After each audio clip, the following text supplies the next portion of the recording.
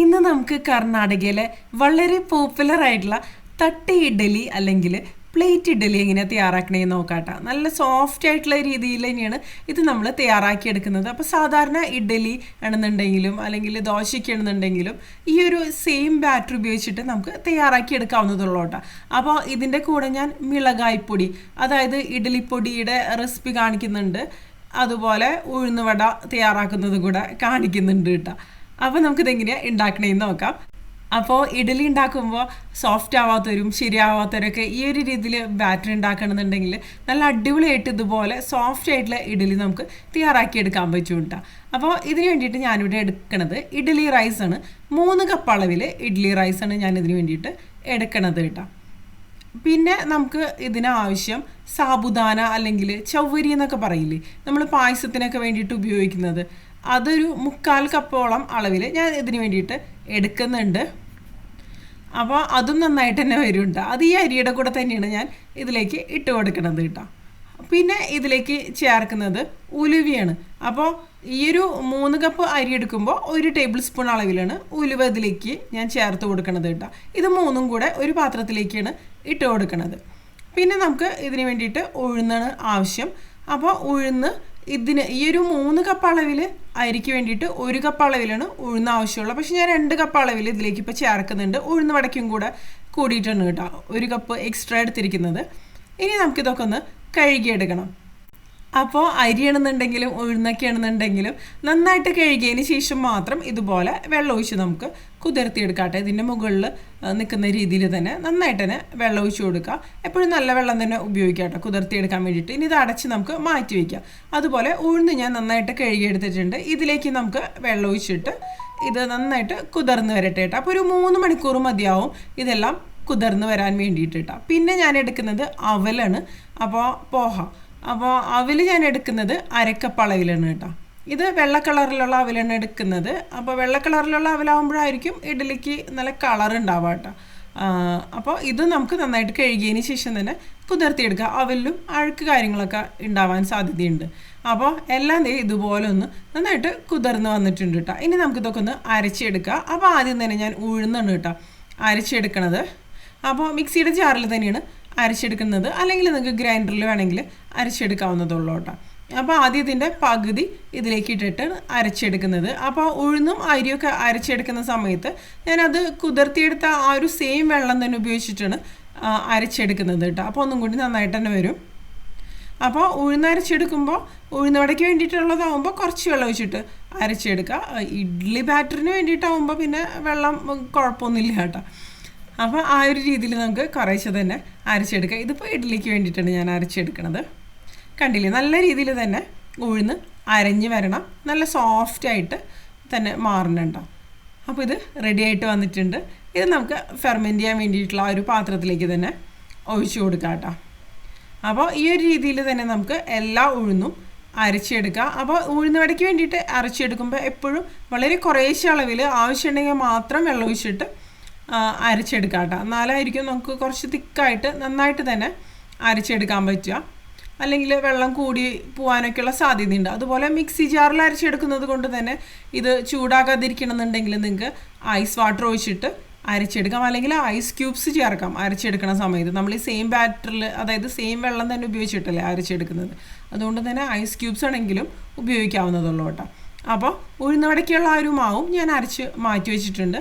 ഇനി ആ ഒരു അരിയൊക്കെ കുതിർത്തിയെടുത്തത് അതും കുറേശ്ശെയായിട്ട് ആ സെയിം വെള്ളം തന്നെ ഉപയോഗിച്ചിട്ട് നമുക്ക് നന്നായിട്ട് തന്നെ അരച്ചെടുക്കാം. അപ്പോൾ അരി എപ്പോഴും അരച്ചെടുക്കുന്ന സമയത്ത് ചെറിയ തരിയോടുകൂടി വേണം അരച്ചെടുക്കാൻ. ഉഴുന്നിൻ്റെ പോലെ നല്ല പേസ്റ്റായിട്ട് അരച്ചെടുക്കേണ്ട ആവശ്യമില്ല. അപ്പോഴായിരിക്കും നമ്മുടെ ഇഡലി നല്ല സോഫ്റ്റായിട്ട് തന്നെ നമുക്ക് റെഡിയാക്കി എടുക്കാൻ പറ്റുക കേട്ടോ. അപ്പോൾ ആ സെയിം ബാറ്റർ ഉപയോഗിച്ച് നമുക്ക് ദോശയും നല്ല രീതിയിൽ തന്നെ ഉണ്ടാക്കിയെടുക്കാവുന്നതുള്ളൂ. ഈ ഒരു ബാറ്റർ ഉപയോഗിച്ചിട്ട് ഉണ്ടാക്കണ ദോശയാണെങ്കിലും നല്ല ക്രിസ്പി ആയിട്ട് തന്നെ മാറും കേട്ടോ. കണ്ടില്ലേ, ഈ ഒരു രീതിയിൽ ഇപ്പോൾ റവയുടെ പോലെ അല്ലെങ്കിൽ അതിനേക്കാളും ചെറിയ തരികളായിട്ട് അതുപോലെ തന്നെ അരച്ചെടുക്കാം കേട്ടോ. ഇനി ഇത് നമുക്ക് ഈ ഒരു പാത്രത്തിലേക്ക് ഒഴിച്ചു കൊടുക്കുക. അങ്ങനെ 3-4 പ്രാവശ്യമായിട്ട് നമുക്ക് മുഴുവൻ അരച്ചെടുക്കാം കേട്ടോ. കണ്ടില്ലേ, ഈ ഒരു കൺസിസ്റ്റൻസിയിലുള്ളൊരു ബാറ്ററായിട്ടാണ് ഞാൻ എടുത്തിരിക്കുന്നത്. പിന്നെ നമുക്ക് വെള്ളമൊക്കെ ഒഴിച്ചത് അഡ്ജസ്റ്റ് ചെയ്ത് എടുക്കാവുന്നതുള്ളൂ. ഇനി കുതിർത്തിയെടുത്ത അവലും ഒരു ബാക്കിയുള്ള സാബുദാന അതായത് നമ്മുടെ ചൗവരിയൊക്കെ ഉണ്ടല്ലോ അതെല്ലാം കൂടെ ഇതുപോലെ ഒന്ന് അരച്ച് അതും ഈ ഒരു പാത്രത്തിലേക്ക് തന്നെ ഒഴിച്ചു കൊടുത്തിട്ടുണ്ട്. ഇനി ഇതിലേക്ക് ആവശ്യത്തിനുള്ള ഉപ്പ് ഞാൻ ഈ ഒരു സമയത്ത് തന്നെ ഇതിലേക്ക് ചേർത്ത് കൊടുക്കുന്നുണ്ട് കേട്ടോ. അപ്പോൾ ഈ ഒരു ബാറ്റർ നമുക്ക് കൈവച്ചിട്ട് തന്നെ നന്നായിട്ട് ഇതുപോലെ ഒന്ന് മിക്സ് ചെയ്ത് കൊടുക്കുക. കൈവച്ച് ഇങ്ങനെ മിക്സ് ചെയ്യുമ്പോൾ അത് ഫെർമെൻറ്റേഷന് നന്നായിട്ട് ഹെൽപ്പ് ചെയ്യുന്നുണ്ടോ. അപ്പോൾ നോക്കുക. അപ്പോൾ ഈ ഒരു സമയത്ത് വെള്ളം കുറവാണെങ്കിൽ നമുക്ക് ഇപ്പോൾ തന്നെ ഒഴിച്ചു കൊടുക്കാം, അല്ലെങ്കിൽ ഉണ്ടാക്കുന്ന സമയത്ത് വെള്ളം മിക്സ് ചെയ്ത് എടുത്താലും കുഴപ്പമൊന്നുമില്ല കേട്ടോ. അപ്പോൾ ഇത് കുറച്ച് തിക്കായിട്ടാണ് ഇരിക്കുന്നത്. ഞാൻ കുറച്ചും കൂടി വെള്ളം ആ സെയിം മിക്സിയുടെ ജാറിലേക്ക് ഒഴിച്ചിട്ട് ഇതിലേക്ക് ഒഴിച്ചിട്ട് ഒന്ന് നല്ല പോലെ ഒന്ന് മിക്സ് ചെയ്തെടുക്കുക. അപ്പോൾ കൈവച്ച് മിക്സ് ചെയ്ത് എടുക്കുമ്പോൾ തന്നെയാണ് ഈ ഒരു ബാറ്റർ നന്നായിട്ട് തന്നെ മാറുക കേട്ടോ. അപ്പോൾ ഇതേ നമ്മുടെ ആ ഒരു ഇഡ്ഡലി ബാറ്റർ നന്നായിട്ട് തന്നെ ഒന്ന് മിക്സ് ചെയ്ത് മാറ്റി വയ്ക്കുന്നുണ്ട്. അപ്പോൾ ഇഡ്ഡലി ബാറ്റർ റെഡി ആയിട്ടുണ്ട്. ഇനി നമുക്കിത് ഫെർമെൻറ്റ് ചെയ്യാൻ വേണ്ടിയിട്ട് വയ്ക്കാം കേട്ടോ. അപ്പോൾ ഇത് ഒരു 8 മണിക്കൂറൊക്കെ വെച്ച് കഴിഞ്ഞിട്ടുണ്ടെങ്കിൽ നന്നായിട്ട് തന്നെ പൊങ്ങി വരും. പിന്നെ നമ്മൾ താമസിക്കണ ആ ഒരു കാലാവസ്ഥയ്ക്ക് അനുസരിച്ച് അതിൽ വ്യത്യാസം വരും കേട്ടോ. ഇപ്പോൾ നല്ല ചൂടുള്ള സ്ഥലത്തൊക്കെ താമസിക്കണമെന്നുണ്ടെങ്കിൽ പെട്ടെന്ന് തന്നെ പൊങ്ങി വരും. തണുപ്പുള്ള സ്ഥലത്തൊക്കെ ആണെന്നുണ്ടെങ്കിൽ നമ്മളിപ്പോൾ കബോർഡിൻ്റെ ഉള്ളിൽ വയ്ക്കുക അങ്ങനെയൊക്കെ വേണ്ടി വരും. അപ്പോൾ ആ ഒരു സമയം കൊണ്ട് ഉഴുന്നുവടയുടെ മാവ് ഞാൻ കൈവച്ച് നന്നായിട്ടൊന്ന് ബീറ്റ് ചെയ്ത് എടുത്തിട്ടുണ്ട് കേട്ടോ. ഉഴുന്നുവട നല്ല ഫ്ലഫി ആയിട്ട് വരണമെന്നുണ്ടെങ്കിൽ അങ്ങനെ ചെയ്യണം. ഇനി നമുക്ക് നമ്മുടെ ഇഡ്ഡലിപ്പൊടി തയ്യാറാക്കാം. അപ്പോൾ അതിന് വേണ്ടിയിട്ട് 1 കപ്പ് അളവിൽ ഉഴുന്ന് ഞാനൊന്ന് റോസ്റ്റ് ചെയ്ത് എടുക്കുകയാണ്. ഇതുപോലെ ഒന്ന് കളറ് മാറിയിട്ട് നല്ലൊരു മണം വരും, അതുവരെ നമുക്ക് റോസ്റ്റ് ചെയ്തെടുക്കാം. ഇനി നമുക്കതൊരു വേറെ പാത്രത്തിലേക്ക് തണുക്കാൻ വേണ്ടിയിട്ട് മാറ്റി വയ്ക്കാം കേട്ടോ. ഇനി നമുക്ക് ആവശ്യം കടലപ്പരിപ്പാണ്. അപ്പോൾ 1 കപ്പ് അളവിലാണ് കടലപ്പരിപ്പ് ഞാൻ അതിന് വേണ്ടിയിട്ട് എടുക്കണത്. ഇത് നന്നായിട്ട് ഒന്ന് മൂത്ത് വരണം, അതുവരെ ഒന്ന് റോസ്റ്റ് ചെയ്തെടുക്കുക. ഒരു 3/4 ഭാഗത്തോളം ഒന്ന് കടലപ്പരിപ്പ് റോസ്റ്റ് ആയിട്ട് വരുന്ന സമയത്ത് ഇതിലേക്ക് ഒരു 1/4 കപ്പ് അളവിൽ വെളുത്ത എള്ളാണ് ചേർത്ത് കൊടുക്കുന്നത് കേട്ടോ. അപ്പോൾ എള്ളൊന്ന് നന്നായിട്ട് പൊട്ടി വരും. അപ്പോൾ അത് കറക്റ്റായിട്ട് റെഡി ആയിട്ട് വരും. എള്ള് പെട്ടെന്ന് തന്നെ റെഡി ആയിട്ട് വരുന്നുണ്ട്, അല്ലെങ്കിൽ അത് കരിഞ്ഞു പോകും, അതൊന്ന് ശ്രദ്ധിക്കാം. അപ്പോൾ ഇതെല്ലാം ഒന്ന് റെഡി ആയിട്ട് വന്നിട്ടുണ്ട്. ഇനി നമുക്ക് ഇതും തണുക്കാൻ വേണ്ടിയിട്ട് മാറ്റി വയ്ക്കാം കേട്ടോ. അപ്പോൾ കറുത്തെള്ള് വേണമെങ്കിൽ നമുക്ക് ഉപയോഗിക്കാം. ഇതിൻ്റെ ഒരു കളറിൽ ചെറിയ വ്യത്യാസം വരുന്നുള്ളൂ കേട്ടോ, കുഴപ്പമൊന്നുമില്ല. ഇനി നമുക്ക് ഇതിന് വേണ്ടിയിട്ട് ആവശ്യം ഉണക്കമുളകാണ്. ഉണക്കമുളക് എരിവിനും കളറിനൊക്കെ വേണ്ടിയിട്ട് നമ്മൾ ഉപയോഗിക്കും. ഞാനിതിപ്പോൾ ബേഡ്ഗി ചില്ലിയാണ് ഇതിന് വേണ്ടിയിട്ട് എടുത്തിരിക്കുന്നത്, അല്ലെങ്കിൽ നല്ല കളർ വേണമെങ്കിൽ നിങ്ങൾക്ക് കാശ്മീരി മുളക് ഉപയോഗിക്കാം. ഈ ബേഡ്ഗി ചില്ലി ആകുമ്പോൾ അതിൽ എരിവും ഉണ്ടാവും നല്ല കളറും ഉണ്ടാവും കേട്ടോ. ഇനി ഒരു തണ്ട് കറിവേപ്പിലയും കൂടെ ഇതിൻ്റെ കൂടെ ചേർത്തിട്ട് ഒന്ന് റോസ്റ്റ് ചെയ്ത് എടുക്കുന്നുണ്ട്. പിന്നെ ഒരു ചെറിയ നെല്ലിക്ക വലിപ്പത്തിലുള്ള പുളിയും കൂടെ ഒന്ന് ചെറിയ കഷ്ണങ്ങളായിട്ട് മുറിച്ചിട്ട് കൊടുക്കാം കേട്ടോ. അപ്പോഴായിരിക്കും പുളി നന്നായിട്ട് റോസ്റ്റ് ആയിട്ട് തന്നെ മാറുക. അപ്പോൾ ഇതെല്ലാം കൂടി ഒന്ന് റോസ്റ്റ് ആയിട്ട് വരട്ടെ. അപ്പോൾ കറിവേപ്പിലയൊക്കെ റോസ്റ്റ് ചെയ്തെടുക്കുമ്പോൾ അത് നമ്മളൊരു കറിവേപ്പില എടുത്തിട്ട് ഒന്ന് പൊടിച്ച് നോക്കുന്ന സമയത്ത് നല്ല എന്താ പറയുക പൊടിയായിട്ട് ഇതുപോലെ അങ്ങോട്ട് വരണം, അതുവരെ തന്നെ റോസ്റ്റ് ചെയ്തെടുക്കുക. കറിവേപ്പിലയൊക്കെ വേഗവും പുളിയൊന്ന് റോസ്റ്റ് ആയിട്ട് വരാനാണ് ഒന്നുകൂടി സമയം എടുക്കുക കേട്ടോ. ഇനി ഇതിലേക്ക് മഞ്ഞൾപ്പൊടി ചേർത്ത് കൊടുക്കുന്നുണ്ട് 1/2 ടീസ്പൂൺ. അതുപോലെ ഇതിലേക്ക് ആവശ്യത്തിനുള്ള ഉപ്പും കൂടെ ഈ ഒരു സമയത്ത് ഞാൻ ഇതിലേക്ക് ചേർക്കുന്നുണ്ട്. പിന്നെ കായത്തിൻ്റെ പൊടി ചേർത്ത് കൊടുക്കുക. 1 ടീസ്പൂണോളം അളവിൽ കായത്തിൻ്റെ പൊടി ചേർത്ത് കൊടുക്കുന്നുണ്ട്. പിന്നെ ഉണക്ക കുരുമുളകാണ്, മുഴുവനോട് കൂടിയുള്ള കുരുമുളകുണ്ടല്ലോ, അതും കൂടെ ഇതിലേക്ക് ഇട്ട് കൊടുക്കുന്നുണ്ട് കേട്ടോ. അതും നല്ലൊരു ഫ്ലേവറും എരിവിനൊക്കെ വേണ്ടിയിട്ട് തന്നെയാണ് 1 ടീസ്പൂൺ ഞാൻ ചേർക്കുന്നുണ്ട് കേട്ടോ. ഇനി എല്ലാം കൂടെ ഒന്ന് മിക്സ് ചെയ്ത് കൊടുക്കുക. ഈ സമയത്ത് നമുക്ക് ഫ്ലെയിം ഓഫ് ചെയ്ത് കൊടുക്കാം കേട്ടോ. പെട്ടെന്ന് പൊടികൾ കരിഞ്ഞു പോകും, അതൊന്ന് ശ്രദ്ധിക്കുക. എല്ലാം കൂടെ നമുക്ക് തണുക്കാൻ വേണ്ടിയിട്ട് മാറ്റി വയ്ക്കാം. ഞാനൊരു മുളകിൻ്റെ തണ്ടൊക്കെ കളഞ്ഞെടുത്തിട്ടുണ്ട്.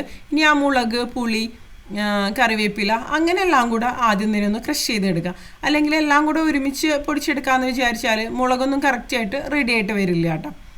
അപ്പോൾ ഇതാദ്യം ഒന്ന് ക്രഷ് ചെയ്ത് എടുക്കുക ഈ ഒരു രീതിയിൽ. അതിനുശേഷം ബാക്കി ഉഴുന്ന്, പരിപ്പ് അതുപോലെയുള്ള കാര്യങ്ങളൊക്കെ കൂടെ ചേർത്തിട്ട് നമുക്കൊന്ന് പൊടിച്ചെടുത്താൽ മതിയാവും. അപ്പോൾ പൊടിച്ചെടുക്കുമ്പോൾ എപ്പോഴും തരികളോടുകൂടി തന്നെ പൊടിച്ചെടുക്കുക കേട്ടോ. അതാണ് പെർഫെക്റ്റ് ആയിട്ടുള്ള രീതിയിൽ കിട്ടുക. നല്ല അടിപൊളിയായിട്ട് തന്നെ വരും.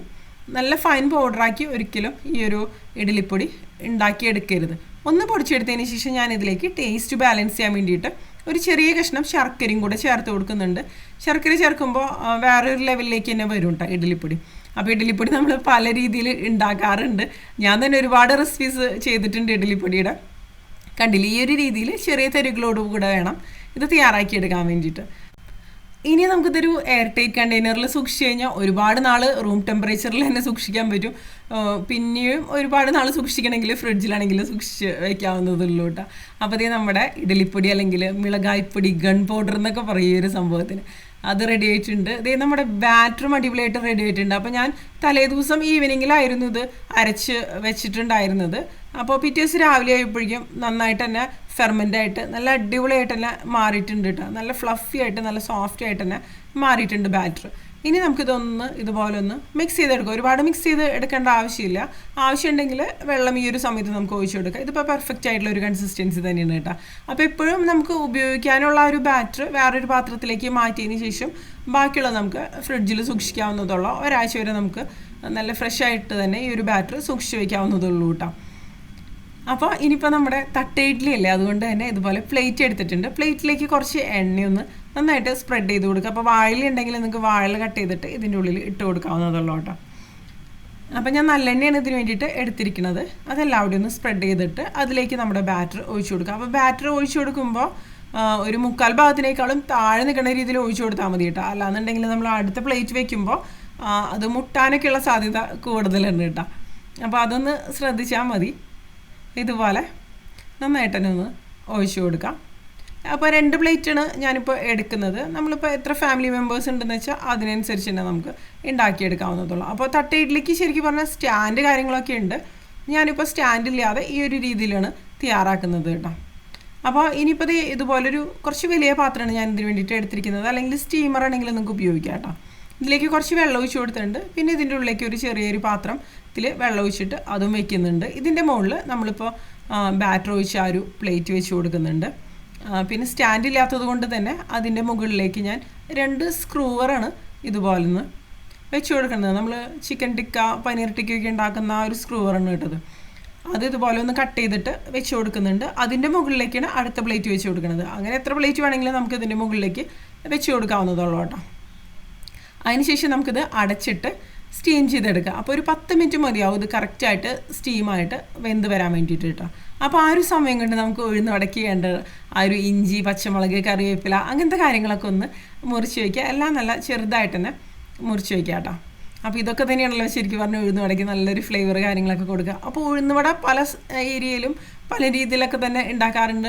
ഉഴുന്നിൻ്റെ ആ ഒരു ബാറ്റർ ഫെർമെൻറ്റ് ചെയ്തിട്ട് ഉണ്ടാക്കാറുണ്ട് ചിലവർ.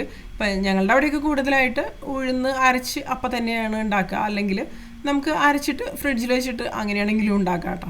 3-4 ദിവസമൊക്കെ വരെ നല്ല ഫ്രഷ് ആയിട്ട് തന്നെ ഇരിക്കും. പിന്നെ ഞാൻ കുറച്ച് കുരുമുളക്, മുഴുവനോട് കൂടിയ കുരുമുളക് ഇതിൻ്റെ കൂടെ തന്നെ ചേർത്ത് കൊടുത്തിട്ടുണ്ട്. പിന്നെ നമ്മൾ മുറിച്ചെടുത്ത ഇഞ്ചി, കറിവേപ്പില, പച്ചമുളക് അതെല്ലാം കൂടെ ഇതിലേക്ക് ഇട്ട് കൊടുത്തിട്ടുണ്ട്. അപ്പോഴേക്കും നമ്മുടെ ഇഡ്ഡലി റെഡി ആയിട്ട് വന്നിട്ടുണ്ട് കേട്ടോ. കണ്ടില്ലേ, നല്ല പെർഫെക്റ്റ് ആയിട്ട് തന്നെ മാറിയിട്ടുണ്ട്. താഴെ വെച്ച ആ ഒരു എന്താ പറയുക പ്ലേറ്റ്, മുകളിലത്തെ പ്ലേറ്റിൻ്റെ ആ ഒരു മുകൾ ഭാഗത്ത് മുട്ടിയിട്ടുണ്ട് കേട്ടോ. അതുകൊണ്ടാണ് ഇതുപോലെ വന്നിരിക്കുന്നത്. ഞാൻ ബാറ്റർ കുറച്ച് അധികം ഒഴിച്ച കാരണമാണ്. അപ്പോൾ നിങ്ങൾ ഒഴിക്കുമ്പോൾ ഒന്ന് ശ്രദ്ധിച്ചാൽ മതിയാവും കേട്ടോ. അപ്പോൾ നമ്മുടെ ഇഡ്ഡലിയൊക്കെ റെഡി ആയിട്ടുണ്ട്. ഈ ഒരു സമയം കൊണ്ട് ഞാൻ ഇവിടെ ചട്നിയൊക്കെ റെഡി ആക്കിയിട്ടുണ്ട്. ഞാൻ ഗ്രീൻ ചട്നിയും വൈറ്റ് ചട്നിയൊക്കെ റെഡിയാക്കി എടുത്തിട്ടുണ്ട് കേട്ടോ. അപ്പോൾ അതും ഒരു പ്ലേറ്റിലേക്ക് നമുക്ക് ഒഴിച്ചു കൊടുക്കാം.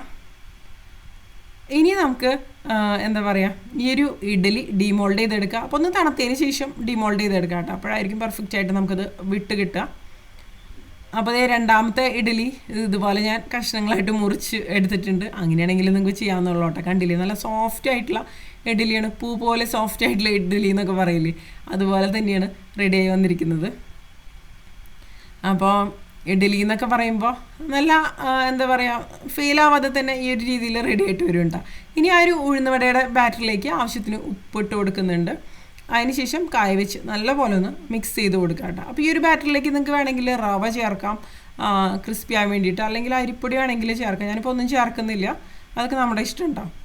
ഇപ്പോൾ എങ്ങാനും കുറച്ച് വെള്ളം കൂടി പോയി കഴിഞ്ഞാൽ നിങ്ങൾക്ക് അരിപ്പൊടി ഇതിലേക്ക് ചേർത്ത് കൊടുക്കാവുന്നതേ ഉള്ളൂ. പക്ഷേ അരിപ്പൊടിയോ റവയോ ഒക്കെ ആണെന്നുണ്ടെങ്കിലും ചേർത്ത് കൊടുക്കുമ്പോൾ ഒരുപാട് ചേർക്കരുത് കേട്ടോ, നന്നായിട്ട് വരില്ല, ആ ഒരു ടേസ്റ്റ് മാറിപ്പോവും. ഇനി കൈയൊന്ന് നനച്ചതിന് ശേഷം അതിലേക്ക് കുറച്ച് മാവ് എടുത്തിട്ട് ഇതുപോലെ ഒന്ന് ഷേപ്പ് ചെയ്ത് കൊടുക്കുക. നടുഭാഗം ഒരു ഹോളാക്കി കൊടുക്കുക. ഇനി അടുത്ത കൈയിലേക്ക് അത് മാറ്റിയിട്ട് തിളച്ച എണ്ണയിലിട്ടിട്ടൊന്ന് ഫ്രൈ ചെയ്തെടുക്കുക കേട്ടോ. അപ്പോൾ ഇത് ഫ്രൈ ആയിട്ട് വരുമ്പോൾ നന്നായിട്ട് പൊങ്ങി തന്നെ വന്നോളൂ കേട്ടോ. ഒരു ഭാഗം ഒന്ന് കുറച്ച് ഫ്രൈ ആയിട്ട് വരുമ്പോൾ നമുക്കിത് തിരിച്ചിട്ട് കൊടുക്കുക. അങ്ങനെ തിരിച്ച് മറിച്ചിട്ടിട്ട് നന്നായിട്ട് തന്നെ ഒന്ന് ഫ്രൈ ചെയ്ത് എടുക്കുക കേട്ടോ. അപ്പോൾ ഉഴുന്നുവട അവിടെ ഫ്രൈ ആയിട്ട് വരുന്ന ഒരു സമയം കൊണ്ട് നമുക്ക് ഈ ഒരു ഇഡ്ഡലിയുടെ മുകളിലേക്ക്, തട്ട് ഇഡ്ഡലിയുടെ മുകളിലേക്ക് നമുക്ക് കുറച്ച് നെയ്യ് അല്ലെങ്കിൽ എണ്ണ ഒഴിച്ച് കൊടുക്കുക. അതിനുശേഷം നമ്മുടെ ആ ഒരു ഇഡ്ഡലിപ്പൊടിയും കൂടെ ഇതിൻ്റെ മുകളിലേക്ക് ഇട്ട് കൊടുക്കുക കേട്ടോ. എന്നിട്ടൊന്ന് സ്പ്രെഡ് ചെയ്ത് കൊടുക്കുക. ഈ ഒരു രീതിയിൽ തന്നെ നമുക്ക് എത്രയ്ക്ക് താല്പര്യം ഉണ്ടെന്ന് വെച്ചാൽ അതിനനുസരിച്ച് തന്നെ ചെയ്യാം കേട്ടോ. ഞാനിപ്പോൾ എണ്ണയാണ് ഒഴിച്ച് കൊടുക്കുന്നത്. നെയ്യ് വേണമെങ്കിൽ നെയ്യാണെങ്കിലും ഉപയോഗിക്കാവുന്നതുള്ളൂ. ഇനി നമുക്ക് ചട്നി അതുപോലെയുള്ള കാര്യങ്ങളൊക്കെ വെച്ച് കൊടുക്കാം. ചട്നിയോ സാമ്പാറോ നമുക്ക് ഇഷ്ടപ്പെട്ട എന്ത് കോമ്പിനേഷൻസിൻ്റെ കൂടെ വേണമെങ്കിലും കഴിക്കാവുന്നതുള്ളൂ കേട്ടോ. അപ്പോൾ നമ്മുടെ നല്ല അടിപൊളിയായിട്ടുള്ള റെസ്റ്റോറൻറ്റ് സ്റ്റൈലിലുള്ള തട്ട് ഇഡലി റെഡി ആയിട്ടുണ്ട്. പിന്നെ ഇതിൻ്റെ കൂടെ എന്താ പറയുക, ചട്നി, സാമ്പാർ, അങ്ങനെ പൊടി, അങ്ങനെ എല്ലാം കൂടി ആകുമ്പോൾ ഒന്നും കൂടി നല്ല ഒരു ടേസ്റ്റിലേക്ക് തന്നെ വരുമല്ലോ, കൂടുതൽ കോമ്പിനേഷൻസിൻ്റെ കൂടെയൊക്കെ കഴിക്കുന്ന സമയത്ത്. അപ്പോൾ ഉഴുന്നുവടി റെഡി ആയിട്ടുണ്ട്. അപ്പോൾ അത് ഇതുപോലെ അടുത്തതും ഇട്ട് കൊടുക്കണം കേട്ടോ. അപ്പോൾ ഈ ഒരു രീതിയിൽ നിങ്ങൾ തട്ട ഇഡ്ഡലി തയ്യാറാക്കിയിട്ടില്ല എന്നുണ്ടെങ്കിൽ തയ്യാറാക്കി നോക്കുക. എളുപ്പമാണ് ഉണ്ടാക്കാൻ, പക്ഷെ നല്ല ടേസ്റ്റി ആയിട്ടുള്ള അടിപൊളിയായിട്ടുള്ള ഇഡ്ഡലി തന്നെയാണ് കേട്ടോ. ഈ ഒരു മാവ് ഉപയോഗിച്ച് നിങ്ങൾക്ക് ദോശയാണെന്നുണ്ടെങ്കിലും പനിയാരാണെന്നുണ്ടെങ്കിലും എന്ത് വേണമെന്നുണ്ടെങ്കിലും തയ്യാറാക്കി എടുക്കാവുന്നതുള്ളൂ. അപ്പോൾ തയ്യാറാക്കിയതിന് ശേഷം നിങ്ങളുടെ അഭിപ്രായങ്ങൾ തീർച്ചയായിട്ടും കമൻറ്റ് ബോക്സിൽ അറിയിക്കുക കേട്ടോ. അപ്പോൾ ഇതിൽ നല്ലൊരു അടിപൊളി റെസിപ്പി ആയിട്ട് നമുക്ക് വീണ്ടും കാണാം. ഉഴുന്നുവടയാണെങ്കിലും നല്ല അടിപൊളിയായിട്ട് നല്ല ക്രിസ്പി ആയിട്ട് തന്നെ മാറിയിട്ടുണ്ട്.